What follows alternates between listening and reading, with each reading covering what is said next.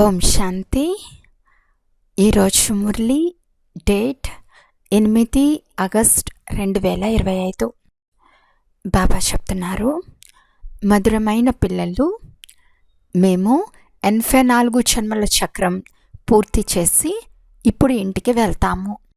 ఇక ఈ కర్మభోగం కొద్ది రోజులు మాత్రమే అని సదా సంతోషంగా ఉండండి. ప్రశ్న: వికర్మాచీతులుగా అయ్యే పిల్లలు వికర్మల నుండి రక్షింపబడేందుకు ఏ విషయంలో చాలా గమనం ఉంచాలి? జవాబు: అన్ని వికర్మలకు మూలమైన దేహాభిమానంలోకి ఎప్పుడూ రాకుండా గమనం ఉంచాలి. అందుకొరకు పదే పదే ఆత్మాభిమానులుగా అయి తండ్రిని స్మృతి చేయాలి. మంచి చెడు కర్మల ఫలితం తప్పకుండా లభిస్తుంది.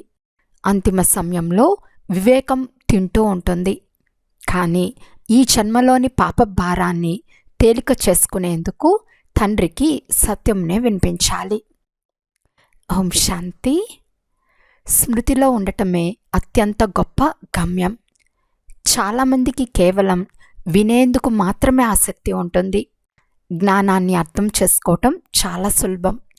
84 జన్మల చక్రంను అర్థం చేసుకుని స్వదర్శన చక్రధారులుగా అవ్వాలి.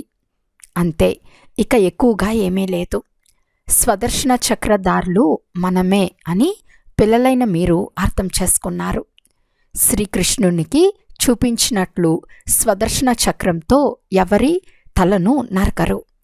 లక్ష్మీనారాయణ అనగా విష్ణు యొక్క 2 రూపాలు. వారికి స్వదర్శన చక్రం ఏమైనా ఉందా? మరి కృష్ణునికి చక్రం ఎందుకు చూపించారు? ఒక మ్యాగజైన్లో ఇటువంటి చిత్రాలను అనేకం చూపిస్తారు. తండ్రి వచ్చి మీకు రాజయోగం నేర్పిస్తున్నారే కానీ చక్రం ద్వారా అసురులను చంపుటకు కాదు.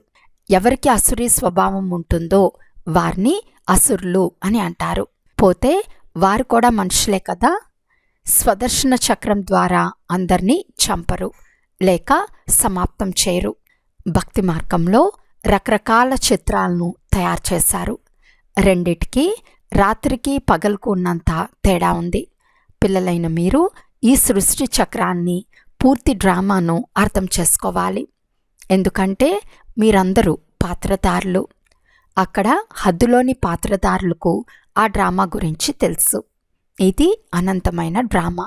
దీని విస్తారం గురించి అర్థమవుతూ ఆ 2 గంటలు నాటకం విస్తారంగా పాత్రను అర్థం చేసుకుంటారు. ఇక్కడ 84 జన్మల గురించి తెలుసుకోవాలి. తండ్రి చెప్తున్నారు, నేను బ్రహ్మరథంలో ప్రవేశిస్తాను. బ్రహ్మకు కూడా 84 జన్మల కథ ఉండాలి. మనుషుల బుద్ధికి ఈ విషయాలు తోచవు. 84 లక్షల జన్మల లేక 84 జన్మల అనేది కూడా తెలియదు. తండ్రి చెప్తున్నారు, మీ 84 జన్మల కథ వినిపిస్తాను. 84 లక్షల జన్మలైతే తెలియచేసేందుకే ఎన్ని సంవత్సరాలు పడుతుంది? ఈ 84 జన్మల కథను మీరు 1 సెకండ్లో అర్థం చేసుకుంటారు.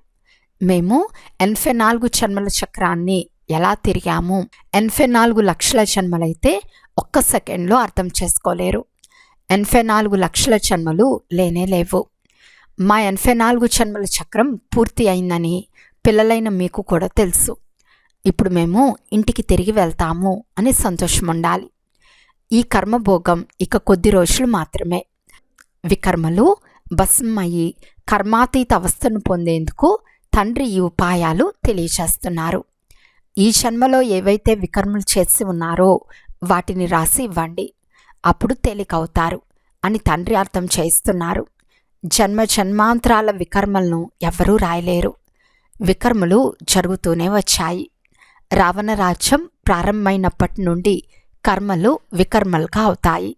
సత్యుగంలో కర్మలు అకర్మలుగా ఉంటాయి. భగవాను వాచ, మీకు కర్మ అకర్మ వికర్మల గతిని అర్థం చేయిస్తున్నాను. లక్ష్మీనారాయణల రాజ్యం నుండి వికర్మాచీత్ శకం ఆరంభమవుతుంది. మెట్ల చిత్రంలో చాలా స్పష్టంగా ఉంది. శాస్త్రాల్లో ఈ విషయాలు లేవు. మేము సూర్యవంశీ చంద్రవంశీలము అనే రహస్యాన్ని పిల్లలైన మీరు అర్థం చేసుకున్నారు. విరాట రూప చిత్రాలను కూడా చాలా తయారు చేస్తారు. కానీ అర్థం ఏమాత్రమూ తెలియదు. దీనిని గురించి తండ్రి తప్ప వేరెవ్వరూ అర్థం చేయించలేరు. ఈ బ్రహ్మకు నేర్పించిన పెద్దవారు కూడా ఎవరో ఉంటారు కదా. ఒకవేళ ఎవరైనా గురువు నేర్పించి ఉంటే ఆ గురువుకు ఒక శిష్యుడు మాత్రమే ఉండడు కదా. తండ్రి చెప్తున్నారు, పిల్లలు, మీరు పతితుల నుండి పావనంగా, పావనం నుండి పతితులుగా అవనే అవ్వాలి. ఇది కూడా డ్రామాలో నిర్ణయింపబడి ఉంది. అనేకసార్లు ఈ చక్రంలో తిరిగారు, ఇంకా తిరుగుతూనే ఉంటారు. మీరు ఆల్రౌండ్ పాత్రదారులు. ఆది నుండి అంతిమం వరకు ఇతరులెవ్వరి పాత్ర లేదు. తండ్రి మీకు మాత్రమే అర్థం చేయిస్తారు. ఇతర ధర్మాల వారు ఫలానా ఫలానా సమయంలో వస్తారని కూడా మీకు తెలుసు. మీది ఆల్రౌండ్ పాత్ర. క్రైస్తవులు సత్యుగంలో ఉన్నారని అనరు. వారు ద్వాపర యుగం మధ్యలో వస్తారు. ఈ జ్ఞానం పిల్లలైన మీ బుద్ధిలో మాత్రమే ఉంది. ఇతరులకు కూడా అర్థం చేయించగలరు. ఇతరులెవ్వరికీ సృష్టి ఆది మధ్యాంతాల గురించి తెలియదు. రచయితను గురించి తెలియకుంటే రచనను గురించి ఎలా తెలుస్తుంది?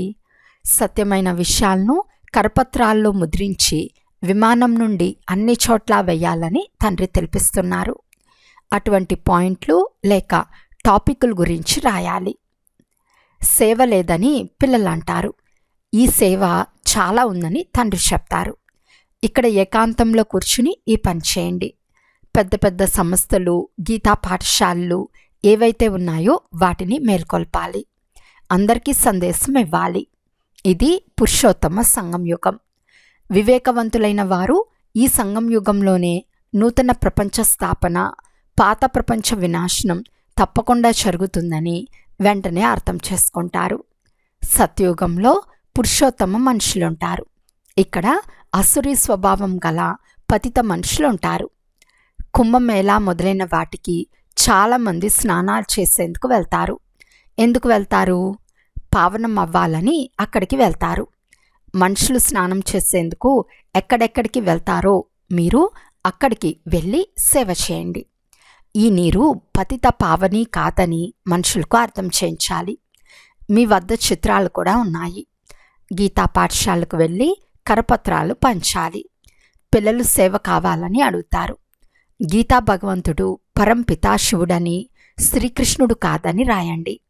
తర్వాత వారి జీవితంలోని గొప్పతనాన్ని గురించి రాయండి. శివబాబా జీవిత చరిత్రను గురించి రాయండి.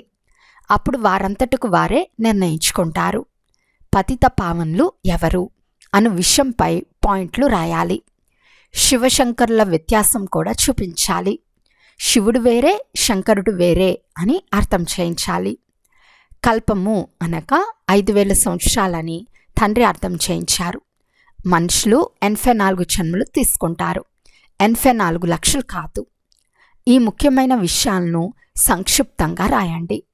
వాటిని విమానం నుండి కూడా క్రిందకి వేయవచ్చు. ఇది చక్రం వలె ఉంది. ఇందులో ఫలానా ఫలానా ధర్మాలు ఫలానా ఫలానా సమయంలో స్థాపనవుతాయని స్పష్టంగా చూపించబడింది. కనుక ఈ సృష్టి చక్ర చిత్రం కూడా ఉండాలి. దీని కొరకు జ్ఞానమంతా వచ్చినట్లు, సులభంగా సర్వీస్ జరిగినట్లు ముఖ్యమైన 12 చిత్రాల క్యాలెండర్లు కూడా ముద్రించవచ్చు. ఈ కరపత్రాలు చాలా అవసరం. ఏ చిత్రాలు అవసరమో, ఏ పాయింట్లు రాయాలో కూర్చుని తయారు చేయండి. మీరు గుప్తంగా ఈ పాత ప్రపంచాన్ని పరివర్తన చేస్తున్నారు. మీరు గుప్త సైనికులు. మీ గురించి ఎవరికీ తెలియదు. బాబా కూడా గుప్తమే, వారి జ్ఞానం కూడా గుప్తమే. ఈ జ్ఞాన శాస్త్రమేది తయారవ్వదు. ఇతర ధర్మస్థాపకుల బైబిల్ మొదలైన గ్రంథాలు ముద్రింపబడతాయి. వాటిని చదువుతూ వస్తారు. అన్ని మతాల వారి గ్రంథాలు ముద్రింపబడతాయి. ఇప్పుడు ముద్రింపబడవు. ఎందుకంటే ఇప్పుడు శాస్త్రాలు మొదలైనవన్నీ సమాప్తం అవ్వనున్నవి. ఇప్పుడు కేవలం బుద్ధితో స్మృతి చేయాలి. తండ్రి బుద్ధిలో జ్ఞానముంది. వారు శాస్త్రాలేవి చదవరు. వారు జ్ఞానసాగర్లు. జ్ఞానసాగర్లు అంటే అందరి మనసులను తెలిసినవారు అని మనుషులు భావిస్తారు. భగవంతుడు చూస్తారు. కనుకనే కర్మలు ప్రతిఫలం ఇస్తారని కూడా భావిస్తారు. తండ్రి చెప్తున్నారు, ఇదంతా డ్రామాలో నిర్ణయమై ఉంది. డ్రామాలో ఎవరు వికర్మలు చేస్తారో వారికి శిక్షలు పడుతూ ఉంటాయి. మంచి లేక చెడు కర్మల ఫలితం లభిస్తుందని మనుషులు భావిస్తారు. మేము ఫలానా పాపాలు చేశామని గుర్తుకొచ్చి అంతిమ క్షణంలో వివేకం మనసును చాలా తింటుంది. ఎటువంటి కర్మలో అటువంటి జన్మ లభిస్తుంది. మీరిప్పుడు వికర్మాచీతులుగా అవుతున్నారు కనుక అటువంటి ఏ వికర్మ చేయరాదు. దేహాభిమానులు కావటం చాలా పెద్ద వికర్మ.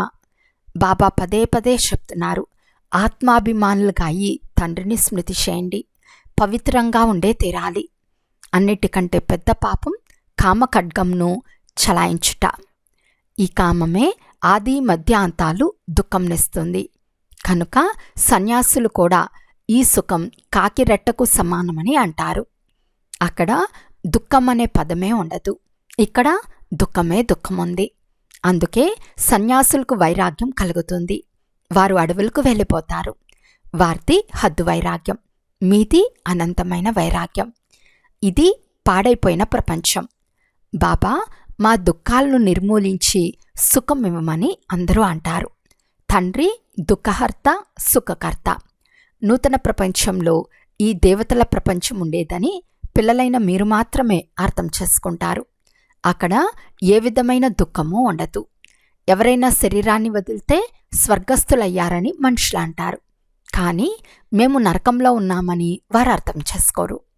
మరణించినప్పుడే స్వర్గంలోకి వెళ్తామని భావిస్తారు. కానీ వారు కూడా స్వర్గానికి వెళ్ళారా లేక ఇక్కడ నరకంలోకే వచ్చారా ఏమీ అర్థం కాదు. పిల్లలైన మీరు ముగ్గురు తండ్రుల రహస్యం కూడా అందరికీ అర్థం చేయించవచ్చు. లౌకిక తండ్రి గురించి, పారలౌకిక తండ్రి గురించి అందరికీ తెలుసు. కానీ అలౌకిక తండ్రి అయిన ప్రజాపిత బ్రహ్మ సంగం యుగంలో వస్తాడని ఎవ్వరికీ తెలియదు. బ్రాహ్మణులు కూడా కావాలి కదా. ఆ బ్రాహ్మణులు బ్రహ్మ ముఖవంశావళి వారు కాదు, బ్రహ్మ ఉండేవారని తెలుసు. అందుకే బ్రాహ్మణ దేవతాయ నమః అని అంటారు. బ్రాహ్మణులని ఎవరిని అంటారో ఏ బ్రాహ్మణులో వారికి తెలియదు. మీరు పురుషోత్తమ యుగంలోని బ్రాహ్మణులు, వారు కలియుగంలోని బ్రాహ్మణులు. ఇది పురుషోత్తమ సంగం యుగం. ఈ సమయంలో మీరు మనుషుల నుండి దేవతలుగా అవుతారు. దేవీ దేవతా ధర్మం స్థాపన అవుతూ ఉంది. కనుక పిల్లలు అన్ని పాయింట్లు ధారణ చేసి సేవ చేయాలి. మందిరాలలో పూజలు చేసేందుకు లేక శ్రాద్ధ భోజనం తినేందుకు బ్రాహ్మణులు వస్తారు. వారితో కూడా మీరు ఇష్టాగోష్ఠిగా మాట్లాడవచ్చు. మేము మిమ్మల్ని సత్యమైన బ్రాహ్మణులుగా తయారు చేయగలము. ఇప్పుడు భాద్రపద మాసం వస్తుంది. అందరూ పితృలకు తినిపిస్తారు. ఈ విషయాలు కూడా వారితో యుక్తిగా మాట్లాడాలి.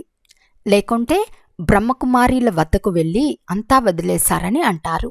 వారికి కోపం వచ్చే విధంగా ఏదీ మాట్లాడరాదు. యుక్తిగా మీరు జ్ఞానాన్ని ఇవ్వగలగాలి. బ్రాహ్మణులు తప్పకుండా వస్తారు. అప్పుడు మీరు జ్ఞానాన్ని ఇవ్వవచ్చు. ఈ మాసంలో మీరు బ్రాహ్మణులకు చాలా సేవ చేయవచ్చు. బ్రాహ్మణులైన మీరు ప్రజాపిత సంతానం. బ్రాహ్మణ ధర్మంను ఎవరు స్థాపించారని వారిని అడగండి. మీరింట్లో కూర్చునే వారి కళ్యాణం కూడా చేయవచ్చు.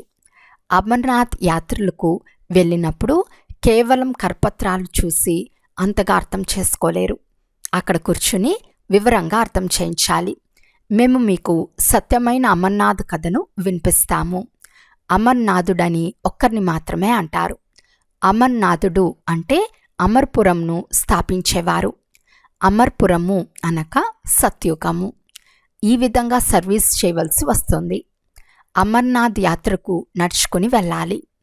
చాలా గొప్ప గొప్ప వ్యక్తుల వద్దకు వెళ్ళి ఈ విషయాలు అర్థం చేయించాలి. సన్యాసులకు కూడా మీరు జ్ఞానం ఇవ్వవచ్చు.